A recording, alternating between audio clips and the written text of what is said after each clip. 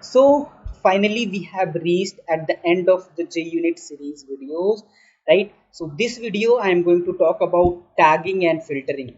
So this is very important to understand, right? So that is why I kept it to finalize and to give the final touch to the series, right? And also we are going to discuss what is the next coming in this series in the testing microservices, right? So let's see first the tagging and filtering use case, how we can take advantage of this one, right? Usually in your project you may be having n number of test cases, right? So some of the test cases are taking too much time to execute, and sometimes it comes into mind that you want to group those test cases you and when actually building your project you want to filter out some test cases, right? So in technical term it is called smoke test or something like that. This is the terminology that is used.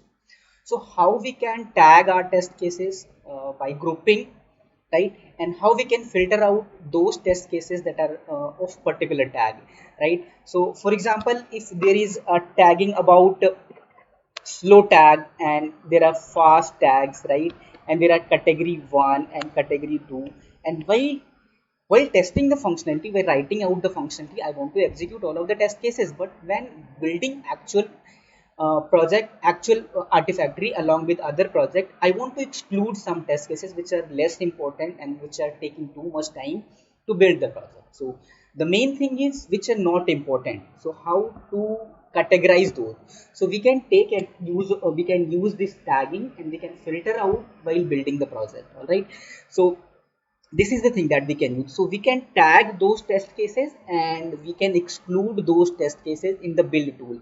So in the project development, maybe you are using Maven, which is very popular there, build tool, and it is also there, very less used after this Maven. And there is more recent Gradle, right? So it is still evolving. It's a very nice tool. I use it frequently in my all project, right? So it is after Maven. It has taken advantage of that. So Maven is all about XML.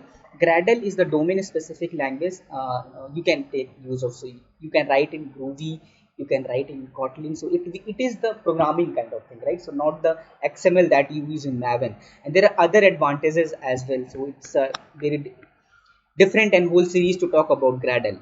And there are other tools as well. So point is you are using some build tool to create the project. So you will be executing the test cases through that. So in those build tool configuration file, you can exclude the test cases which are not required to run. I'm going to show you in the Gradle how you can use this, right? So Maven and Ant, you can get the information in the at the you can get the information over the internet, or you can ask me. I can look for the content and show you that also, right? So let me take you to the project and show you this in demo. So this is the real quick and extremely simple project that I have explained to you so far. So we have written all these test cases here. Now it's time to execute all the test cases that are in this library, right? So let me show you this build.gradle. Build.gradle, we have extremely simple things, repository and this dependency. I have to write few more to execute all the tests. To execute all the tests together, I have to add this task here, test, which is already there. I have to use JUnit platform here. Use JUnit platform for the JUnit5 test cases, right?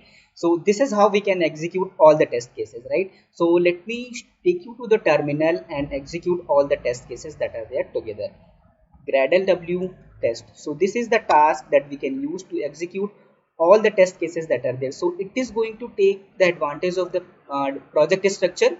So this task is going to consider all the scan all the files that are there in test directory. Here it will look for the @test annotation or any custom annotation that is extended with @test and execute all those test cases, right? So let me hit this and see this in action. And it also gives you the nice report also, the all the test execution report.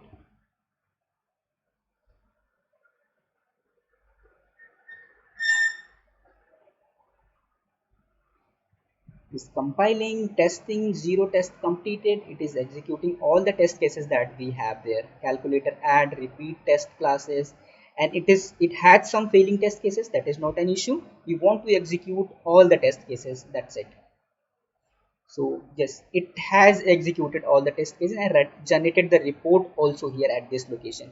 So if I show you the report, it is right here: build, reports, tests, test, and index.html, right?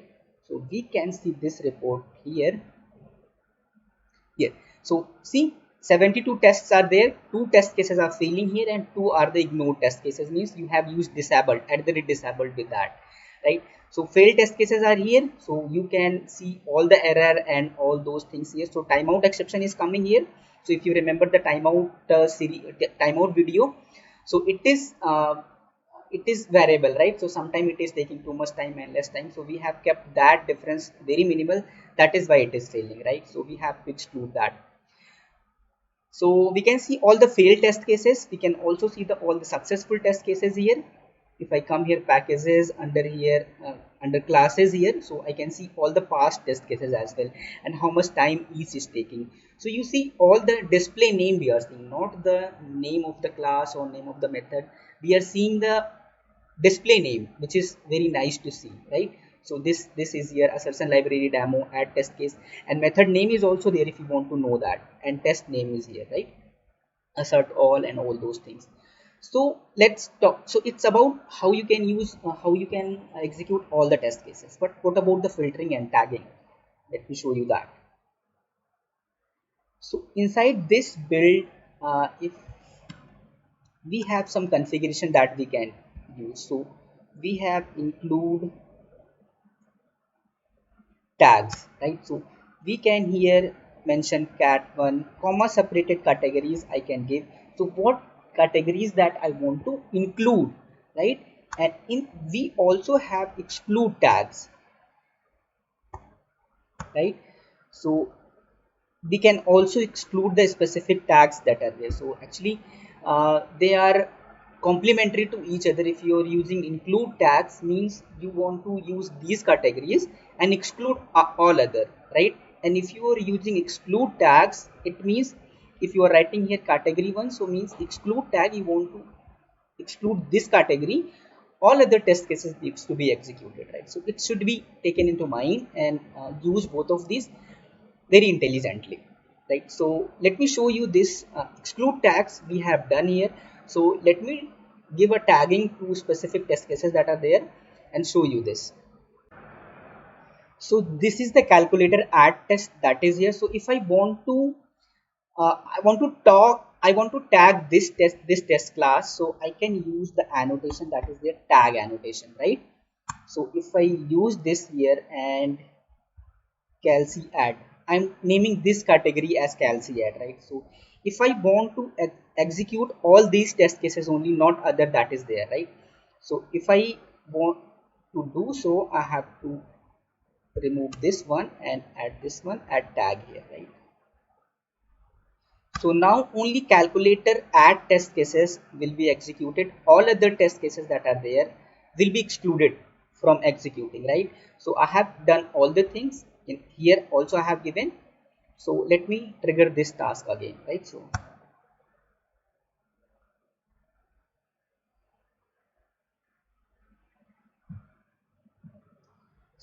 it is calculator add test executing these test cases here.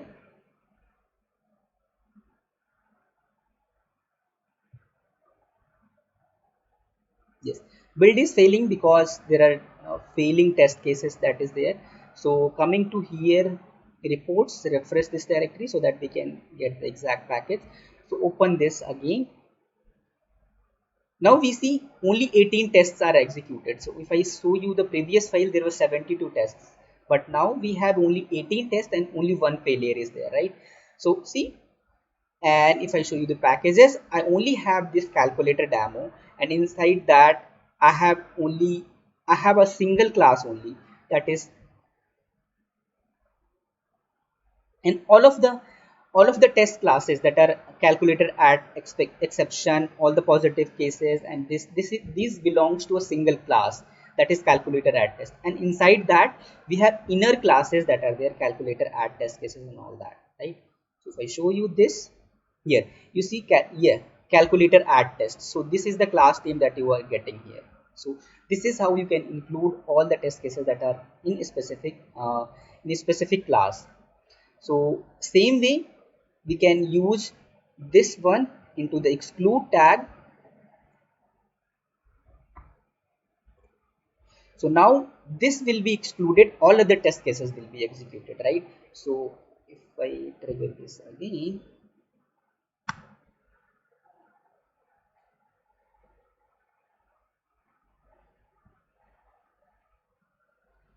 yes.